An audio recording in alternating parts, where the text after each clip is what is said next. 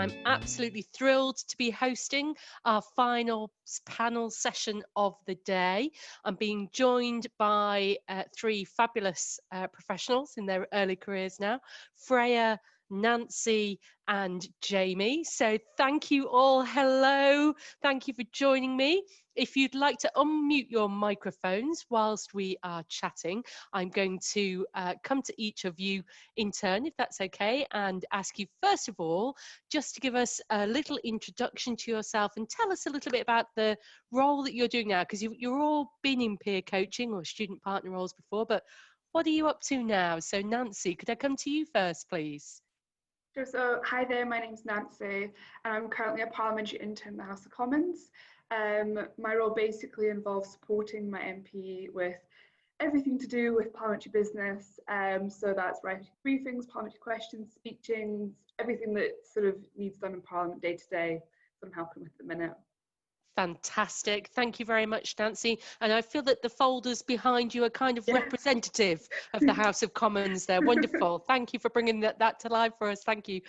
Freya, over to you next, if you don't mind. Could you tell us a little bit about where you are now? Yep. Hello, I'm Freya. I'm currently working with Upreach as a programme coordinator on the Future Charity Leaders programme.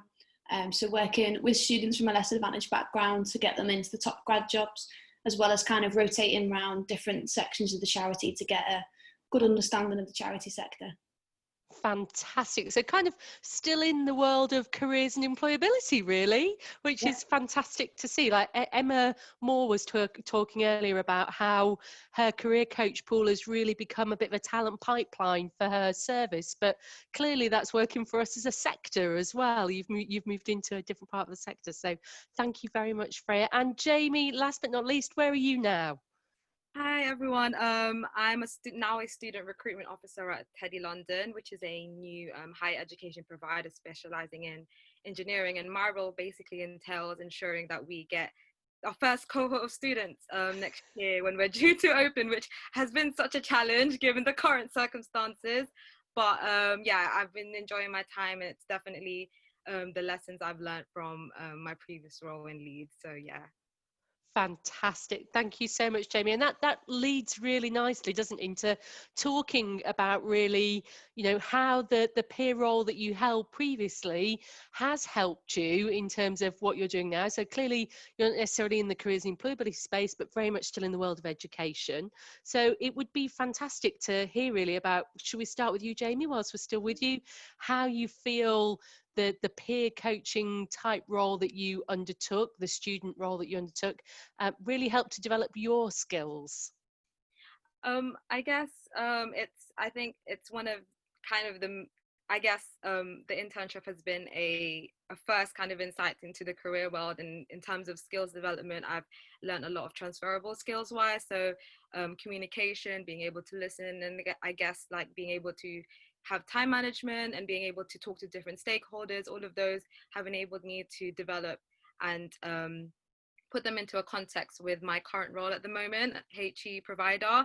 And I think being at an institution that's been so established, I think has given me a really huge perspective in that, you know, there are these services within an established institution, but I think transitioning into a very startup university that's just very much in kind of you know, new at the moment, it's nice to be able to have that perspective of having an established and all the services that have been along that, and be able to apply it in a different and new context, so I know what to expect, or when I'm talking to students about what kind of services they're looking for and why they should come to Teddy London. And as such, all of those things enabled me to kind of develop and kind of prioritize in my current role. Yeah.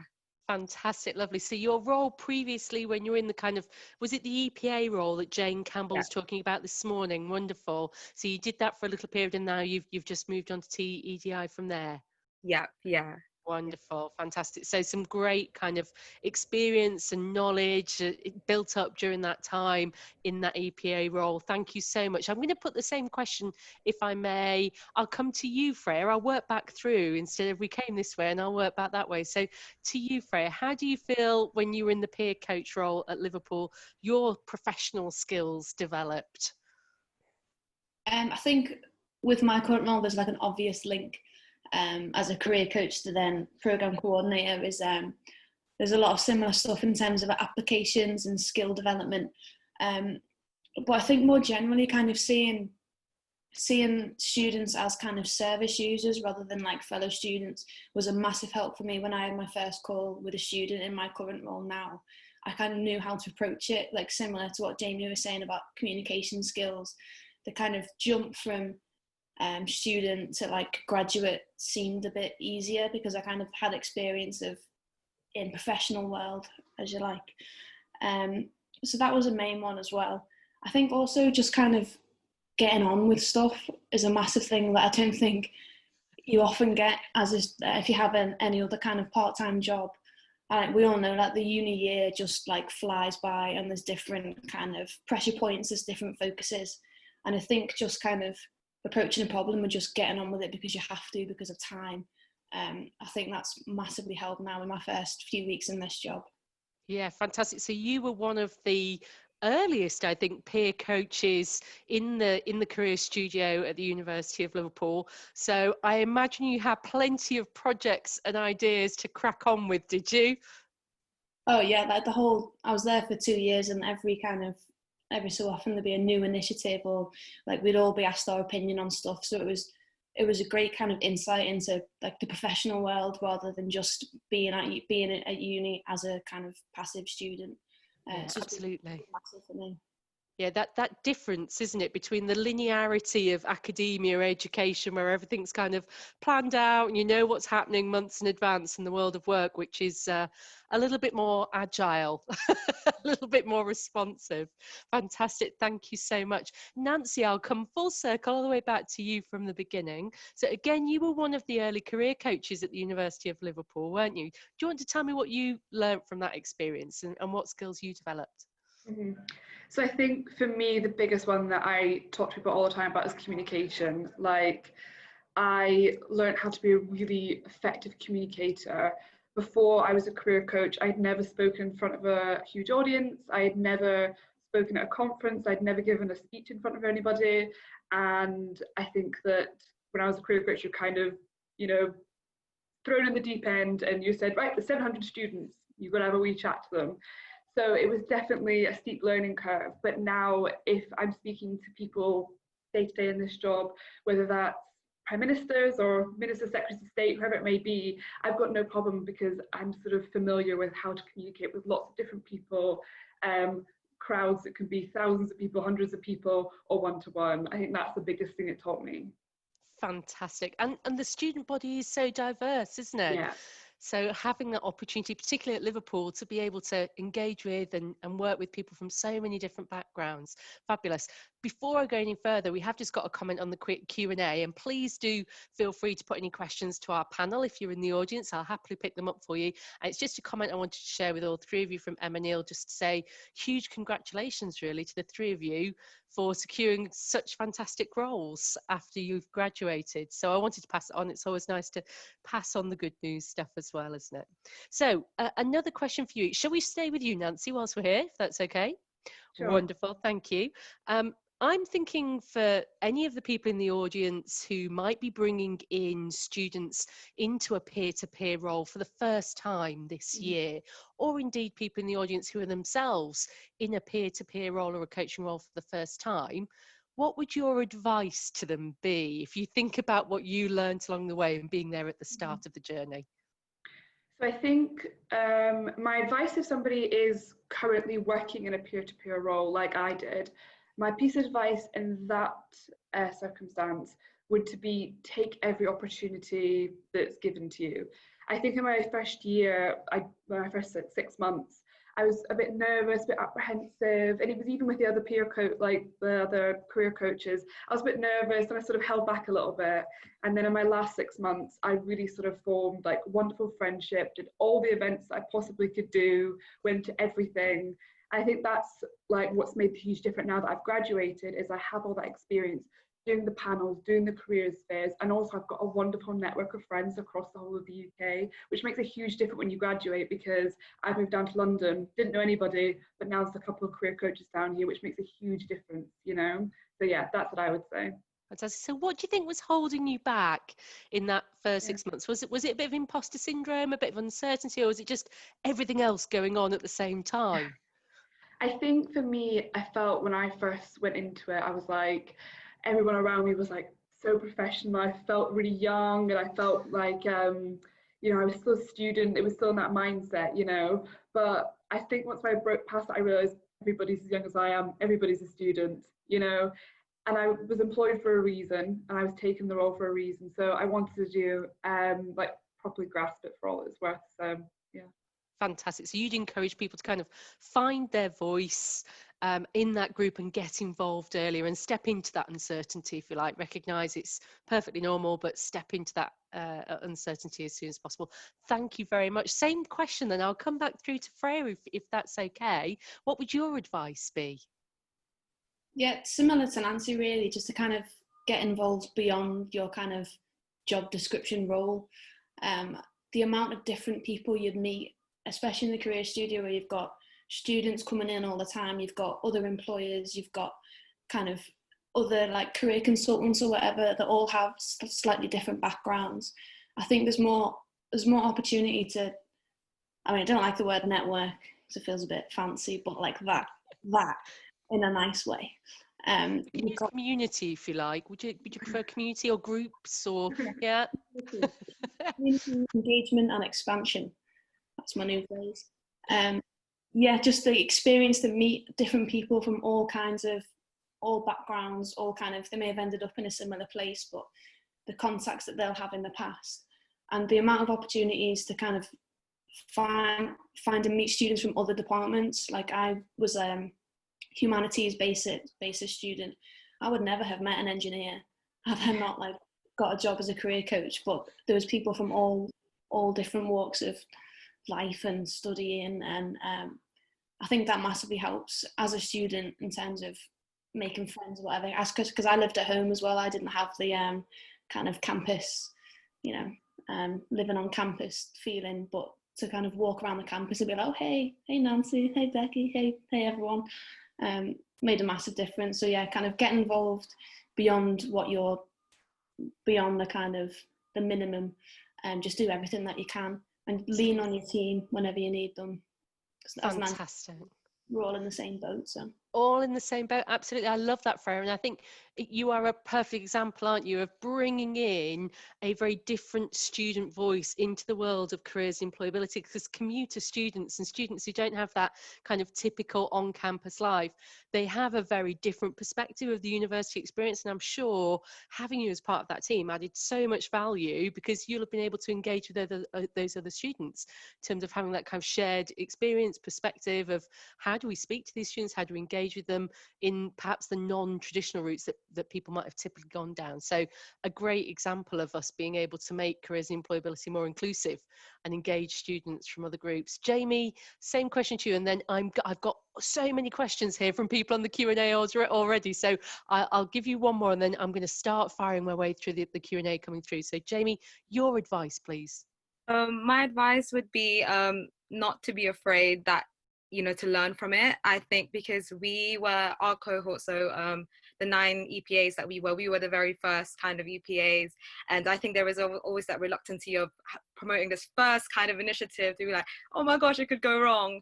But I think we learned so much in regards to just the projects that we've done, the outreach that we've done, being able to talk to a variety of students in different ways. And I think the plethora of experiences that we each experienced of the interns, I think was very valuable in that it worked and it was very effective. We managed to get a lot of widening participation students who are more, even just understanding where the career center is based. And a lot of the time people don't know where our career center is. So I think little milestones like that just kind of shows that it's an initiative that's very effective. And I think, for any pilot program, it's bound to go wrong. But I think as long as you keep that positive mindset and learn as you go on how the project is evolving, and being able to then apply that to maybe the second year if you choose to do so, was really helpful. And I think I've been really privileged to be part of like a young team who's been very capable, and I think we all bonded really well as well, which was you know, it's something very rare in the professional world. So I'm very, very honored to have been part of that journey. And Yeah. it's a great gift, isn't it? It's really exciting to be something brand new, to be part of something brand new and building it. As long as you give yourself permission to make a few mistakes and say, of course, we're going to go wrong. We're doing something new for the first time. But that you've also got the permission to try things, haven't you? Because you've got none of that history, none of those things to take up. So thank you. I'm going to veer off now to ask some questions because we've got some brilliant questions that have come through. So what I'll do is I'll read out the question to you. If either of the three of you would like to take this question, just pop your hand up for me and let me know if you'd like to take it. So the first question is from Emma Hill. Emma says, was there anything you didn't enjoy or found challenging about your peer-to-peer role? Now, because we've got loads of questions here, you don't all have to answer it, so don't feel you need to, but does anybody fancy taking that one? I don't mind. Thank you, Jamie. So what did you find challenging or I anything think, you didn't enjoy? yeah, I think for me it was the idea of, you know, being able to provide all the resources that are very credible or being knowledgeable about every single answer. And I think that fear of if a student was to ask you a question not knowing the answer, or being able to signpost them effectively to a certain resource or a link or whatnot, I think that was one of the things that was very challenging, especially at the earlier stages of our kind of internship, simply because it could go wrong. And obviously you have you know, members of staff who are experts in their fields and have been able to you know, produce these kind of advice and guidance in a way that you might not necessarily have because you're also still learning. But what I found again is that keeping that open-minded attitude that you know, you're not going to have all the answers straight away, and if you don't, it's okay to say, I don't know how I can help you, but let's look for it together. And maybe outside of that session, approach maybe one of the more senior leaders and ask them for advice and how they would have approached a situation, so that way you're able to be able to confront that situation better should it come up again, or follow it up with the student the next time around. Lovely. Yeah. So that fear of not knowing everything.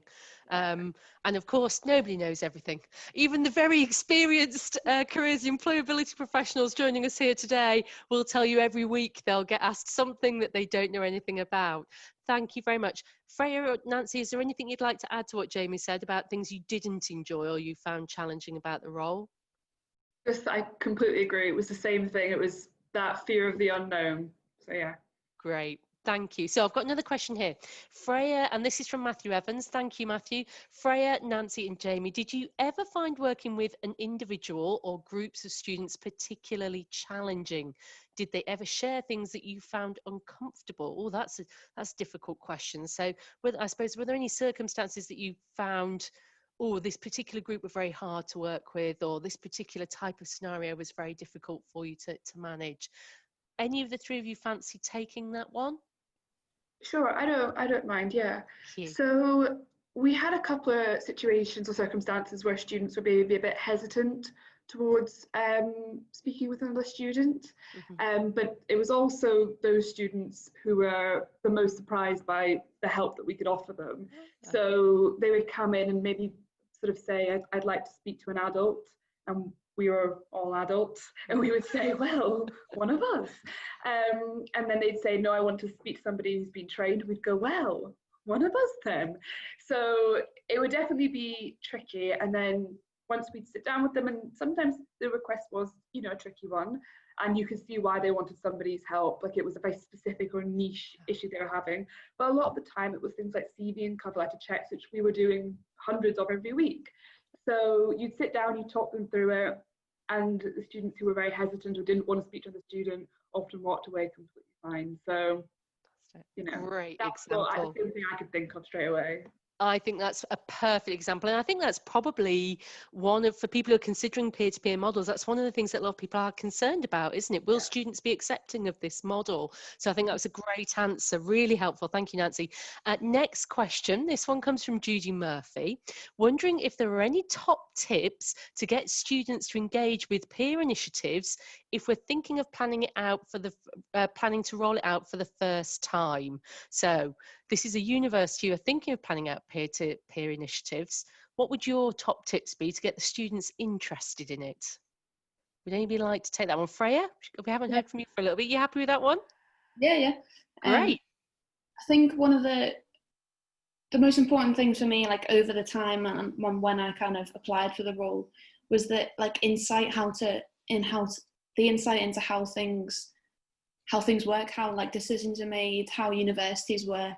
And I think a lot of students now are pretty engaged in the higher education sector. Like there's always something on in the news or whatever. It's not like people go to uni to study their subject and that's it. I think kind of describing the broader overview they'd get of the higher education sector, or even just treating the university as like a business or whatever, those kind of insights are something that they would struggle to get elsewhere. So I think that's like one of the key draws. It was for me anyway. And how did the three of you actually find out about the opportunities yourself, out of interest? I actually found it on Twitter. So very modern way of getting a job these days. It was advertised on Twitter and I applied the day before the deadline, so I was really lucky. So yeah, day before deadline, that doesn't sound like a student at all, Nancy. How did you find out about the opportunity at Leeds, Jamie? Well, I think I was very keen. So I moved back to London after my graduation. I think I was very keen on just working at Leeds, and I know I had previous experience like working within the university, and I was really passionate about like finding something within the university in itself. So I think it was just by chance where I was one day scrolling through like the vacancy of like site of Leeds, and then I came across it, which was, and like Nancy as well, it was very much like last minute. So it was a little bit of website stalking for you then. Quite right. I'm a big fan. How about you, Freya? How did you find about the opportunity at Liverpool? How did the careers and employability team find you? I was actually doing an internship for careers, but with an Actus over the summer, as they were kind of like finalising the last designs, and we had to like, as interns, we went down and like they told us about, this is like a new concept we're thinking about, what to think about it. Looked at colour schemes and all that. So it kind of grew from there. But the initial contact for me was the internship in the summer, which I found just through Career Hub, now Handshake. Fantastic. So kind of using those student societies, places like Enactus, and student internships and placements, because of course a lot of universities do employ their own students as interns and placements in lots of other areas of the institution. Clearly great routes to find those talented people. So just one final question from our panel, from our audience, for our lovely panel. This one's from Catherine McKinnon. Thank you, Catherine. How do you think the role as a virtual career coach this year might differ from your own experiences when you were in the kind of peer support role? What do you think might be different about doing it this year? Anybody fancy taking that one on first of all? No. I don't mind. I mean, hopefully my answer is kind of somewhat related to what saying. I think it will be quite difficult, especially coming from a widening participation angle, in that, there's talks that for some students, access to technology is even kind of a barrier in itself. And I think being, limiting it to a virtual kind of coaching, you might not be able to kind of reach out to those students, especially for those who have significant barriers to be able to deliver that support services. So I think that's one of the challenges, and I think would differ a lot. Whereas, when we were in the career center physically, we were there, and students living on campus, or we were able to commute and would be able to see us physically and be able to offer that service. But alongside that, there's also, I guess, an advantage in that commuter students particularly don't have to travel to be able to gain that service, and it could suit their schedules or availabilities in that way. So I think it differs for a lot of I guess the audiences or the student body in general. So I think it's very insightful, isn't it, like the pandemic and what it's kind of brought up. So that's just from my experience what I would say. Fantastic. Thank you, Jamie. Freya, Nancy, is there anything you'd add about how you think it might differ this year from what you did? Yeah, I'll just add to that. Although it can be a barrier in terms of access to technology, I found since working at Upreach that since everything's gone online, we've had a massive increase in people participating in stuff, especially kind of the networking or the work experience things, because you don't have to like rent a suit off your uncle. You can just wear your shirt, flip your laptop up, and you're in the office. I've spoken to a few students who the idea of having to go down to London for an assessment centre is like nerve-wracking itself without having to think about performing well. So being able to do an assessment centre just on your dining room table in your slippers is massively easier for some. So I think that can be a bonus. But yeah, I think it'll be difficult. I mean, I'm sure they've thought of solutions, but working with resources alongside students, I can see that being a challenge. But I'm sure they would have figured it out since I've left. So. Fantastic, thank you. That's just brilliant to hear that you're seeing that uplift in engagement. And I think we all worry, don't we, as you say, Jamie, about accessibility and equality of access. But like you, Freya, I'm also really hopeful and excited that digital opportunities will open up opportunity and also democratise opportunity across different regions of the UK as well, so that we're not quite as Southeast and London centric in terms of the opportunities that are available to students going forward. So I think different, but hopefully not bad different, just different. That then leads me on to my last question. And I'll ask it to all three of you and then come to you in turn, if I may, which is a kind of summation question. If you were going to summarise your experience in a couple of words, well, not summarise your experience, sorry, I'll rephrase that. If you're going to summarise the benefits of the peer-to-peer approach in a couple of words, how would you summarize the benefits? So Nancy, could I come to you first? Sure. So I think the benefits of it is that I think that the peer-to-peer approach made the career studio accessible for a lot of people. It made it a lot more accessible for people to actually speak to someone who's their own age, who was going through the exact same thing that they were going through. And I also think that it helped a lot of people who they didn't have to book an appointment and turn up and speak to some scary adult and in a suit and in front of a desk and typing all the details. It was us, and we knew them. We were chatting away to some friends of friends sometimes. So I think one of the biggest benefits is it's so accessible to people just to turn up and speak to somebody who's their own age. Brilliant, lovely summary. Thank you, Nancy. Freya, I'll come to you next. How would you summarise the benefits in a few words? Yeah, I think I'd just reiterate what Nancy has said, and the understanding people's circumstances, understanding balancing uni, part-time work, applying for jobs, whatever it may be. And I think especially that's more important now with the way that uni's changed so rapidly. Like no one else is going to understand what being a student is like at the minute, apart from students, because no one else has experienced that. So I think having that kind of student who's experienced the same thing in front of you will be massive help, especially now. Fantastic, thank you. And Jamie, finally to you, how would you summarise the benefits in just a few words? I think pretty much Freya and Nancy's kind of summated it, but for me it was very empowering. I think the peer-to-peer support initiative, I think, entails a lot of role modeling and mentorship that I think I would have loved to benefit from when I was in final year as well, simply because I think, like similar to what Nancy and Freya said, I think having someone tell you that that it's going to be okay and it works out in the end, especially as a final year students with all like pressures and academically wise, career wise, I think it's such a huge help. And seeing someone, you know, in your position in the future is kind of empowering, because they know that you've gone through it and you were able to surpass it. So I think yeah, that element of empowerment and mentorship is definitely the biggest benefits of peer-to-peer initiative. Yeah. Absolutely. And see, as you say, that role model for what I can learn, where I can be, what I can do. It has been an absolute pleasure to end the day with all three of you. May I take the opportunity, I think on behalf of all of our audience, to say thank you, and also the very greatest of luck and success in your professional careers. Sounds like you're all going to go on to do wonderful things, and how fantastic for us as a sector if we can be the launch bed, the launch pad for more incredible professional women like you. So thank you so much for joining us. I'm going to be handing over to my lovely colleague Mike now. So if you would like to switch off your cameras and microphones when you're ready, that will be wonderful. And I'll finish off again by saying thank you very much, ladies. Thank you. Thank you.